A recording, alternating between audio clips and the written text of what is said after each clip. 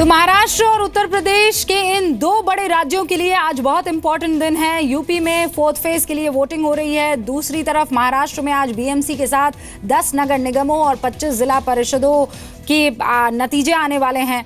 दो तस्वीरें आपके सामने फिलहाल है। यूपी में 12 जिलों की 53 सीटों पर वोटिंग हो रही है और अभी मुझे जानकारी ये मिल रही है कि 9 बजे तक 10% वोटिंग हुई है। महाराष्ट्र में 10 नगर निगम और 12 जिला परिषदों के लिए जो वोटों की गिनती है वो शुरू हो गई है। आज के नतीजे नोटबंदी पर महाराष्ट्र की जनता की मुहर और राज्य में शिवसेना और बीजेपी के गठबंधन का फ्यूचर तय करेंगे। इसीलिए ये बड़ी कवरेज लगातार जारी है।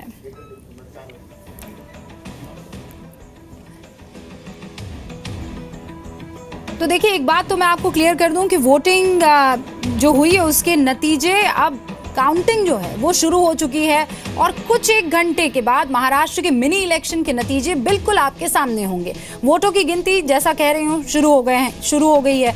महाराष्ट्र में आज मुंबई महानगर पालिका के साथ साथ नगर निगम चुनाव के नतीजे भी आने हैं। जिला परिषद 25 के आसपास उसके वोटों की गिनती भी शुरू हो गई है।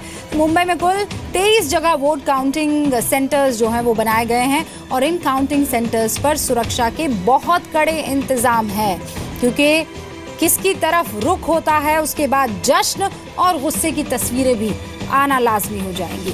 खास मेहमान लगातार हमारे साथ बने हुए हैं। यहाँ पर सुरेश भटेवारा साहब जो कि सीनियर जर्नलिस्ट हैं, पॉलिटिकल एडिटर हैं, लोकमत के हमारे साथ स्टूडियो में बने हुए हैं। संजय सिंह मेरे सहयोगी वहाँ मुंबई से बने हुए हैं। एहसन अब्बास भी हैं और यूपी की इलेक्शन को भी कवर करने वाले तमाम रिपोर्टर्स हमारे साथ हैं। लेकिन शिवसेना नेता मनीषा कायंदे ने क्या दावा किया है ये आप सुन लीजिए पहले। हमें पूरा विश्वास है कि शिवसेना की जीत होगी और हम जो 115 का जो मैजिक फिगर है उससे ऊपर ही हमें सीटें मिलेंगी।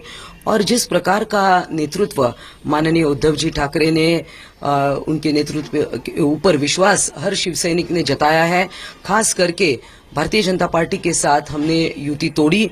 सभी लोग मानते हैं कि केंद्र में चाहे कोई भी आए, मगर मुंबई के लिए शिवसेना ही ठीक है, क्योंकि ट्राइड है, टेस्टेड है और काम करके दिखाया है।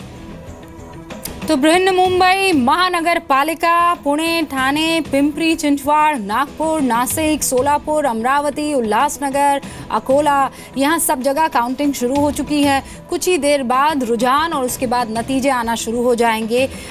मुंबई से संजय सिंह, उद्धव ठाकरे के घर मातोश्री से एहसन अब्बास, नागपुर में काउंटिंग सेंटर है वहाँ से अखिलेश हलवे हमारे साथ जुड़े हुए हैं।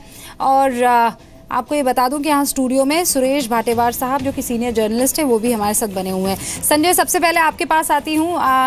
शुरुआत हो चुकी है काउंटिंग की, क्या अभी जानकारी मिल रही है?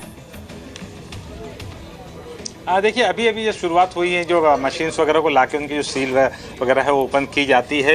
अभी हमारी जो पत्रकार रिपोर्टर से हमारी बात की उसने ये जानकारी दी है। हमको आपको मेरे ख्याल अगले 3 से 4 मिनट का वेट करना होगा, जिसमें शायद पहले जो रुझान है, शुरुआती 2 से 4 सीटों के जो रुझान है वो हमें मिल जाएंगे। बिकॉज कुछ कॉन्स्टिट्यूंसी है मुंबई में, काफ़ी छोटी कॉन्स्टिट्यूंसीज भी हैं, तो उनके नतीजे हैं वो तुरंत आ जाएंगे। तो 4 से 5 कॉन्स्टिट्यूंसीज के जो नतीजे हैं वो आपको अगले 3 से 4 मिनट में आ जाएंगे। मैं बता दूं कि तो तकरीबन 10 महानगर पालिका के अलावा 11 जिला परिषद के लिए भी चुनाव है। तो कुल मिला के जाए तो महाराष्ट्र के 1/3 के आसपास जो महाराष्ट्र है उसके जो उसने मतदान किया है और उसका जो रुझान है, उसका जो मूड है वो पता चले कि आगे महाराष्ट्र की राजनीति की दिशा और दशा किस तरह से होगी। हमारे रिपोर्टर्स थोड़ी देर के अंदर आपको पास अपडेट लेकर आएंगे रुझानों के साथ में, जिससे पता चल जाएगा। लेकिन जो हमारा आकलन है वो है कि जो नेक टू नेक शुरुआत में चलेंगे शिवसेना और भाजपा, ये दोनों नेक टू नेक चलेंगे। इसलिए जब तक पहले 150 रुझानों तक तो इस बारे में किसी के लिए भी कुछ भी कहना मुश्किल होगा कि एक्चुअल में किस पार्टी की सरकार बनने जाएगी या कौन नंबर 1 पार्टी होगी या कोई 100 का आंकड़ा क्रॉस करेगा।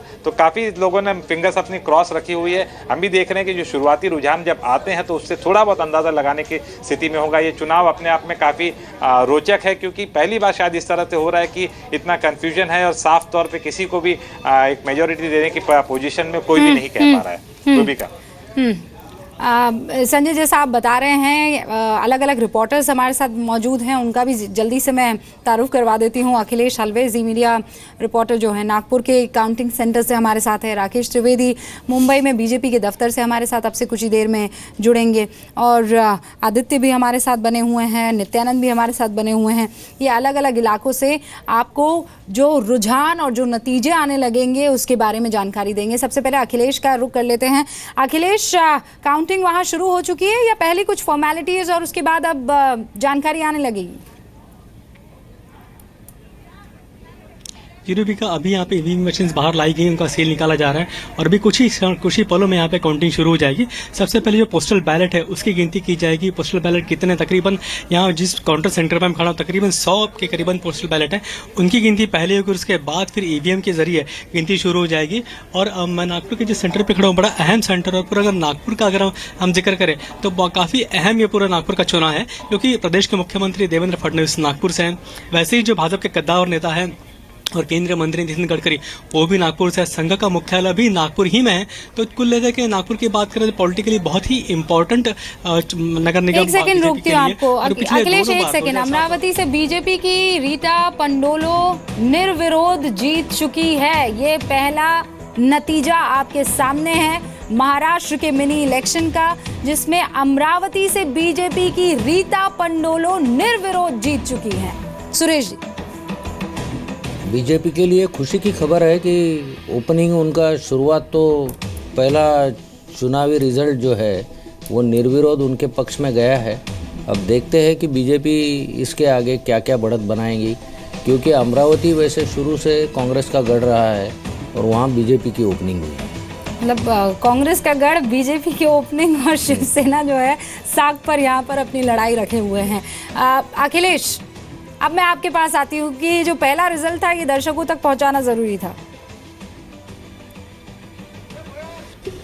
यूरोपी का, और ये बीजेपी के लिए निश्चित रूप से अच्छी बात है कि उनका खाता खुला, और वो भी विदर्भ से खुला है, जो पिछले कुछ दिनों से लगातार बीजेपी के साथ बना हुआ है। अगर लोकसभा चुनाव को देखें, विधानसभा चुनाव को देखें, तो हर बार विदर्भ ने बीजेपी को साथ दिया, और चूंकि इसलिए पहला नतीजा विदर्भ से आना बहुत ही अहम माना जा रहा है।